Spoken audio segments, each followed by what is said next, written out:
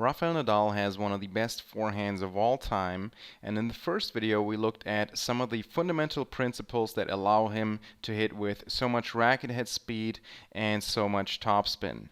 He uses the same principles that the other top players in the world use. That being said, his forehand does look slightly different though, and he does hit it with more topspin on average. So how come Nadal hits with more spin than Federer or Djokovic, for example? Nadal has an extreme forehand grip, but so does Djokovic. The primary reason he hits with more spin on average than players like Federer and Djokovic is that he swings up more. Nadal is famous for his reverse finish, which you can see right here, and I'm sure most of you are familiar with. His arm ends up very high and actually behind his head. With this finish, Nadal increases the upward angle and as a result generates more topspin. All the top players in the world use the reverse finish from time to time, but Nadal uses it much more often. So why does he prefer to use the reverse finish so often, and why don't other players use it as much? As a left-hander, Nadal can hit his forehand cross-court into the backhand of most of his opponents. As you probably know from your own experience, it is very difficult to hit backhands when the ball jumps up very high. This is also true at the professional level.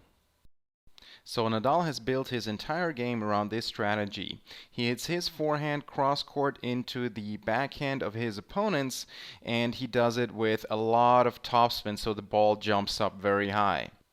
Most opponents cannot handle these high balls to the backhand over and over, and this results in either errors or short balls that Nadal can then attack.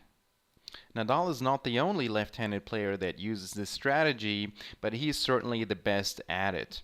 This is because he has tremendous racket head speed, which results from excellent technique. If you use the reverse finish and you increase the upward angle, but you don't have enough racket head speed, then your ball will not jump enough and this shot can easily be attacked. Players like Novak Djokovic and Roger Federer, who have a ton of racket head speed on the forehand but are right-handed, still don't use the reverse finish as much because they usually hit the ball cross-court and then they would be hitting this high bouncing shot into the forehand of their opponent. As you know, for most players it is not that difficult to deal with high bouncing shots on the forehand side.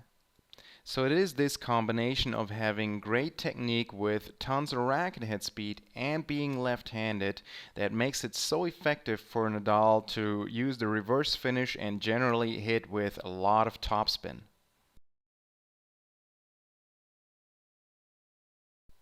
Take a look at Nadal's tremendous racket head speed here.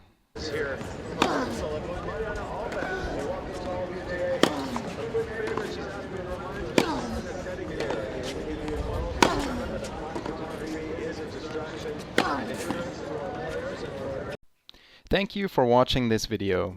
To watch all of our free videos, make sure that you subscribe to our YouTube channel below.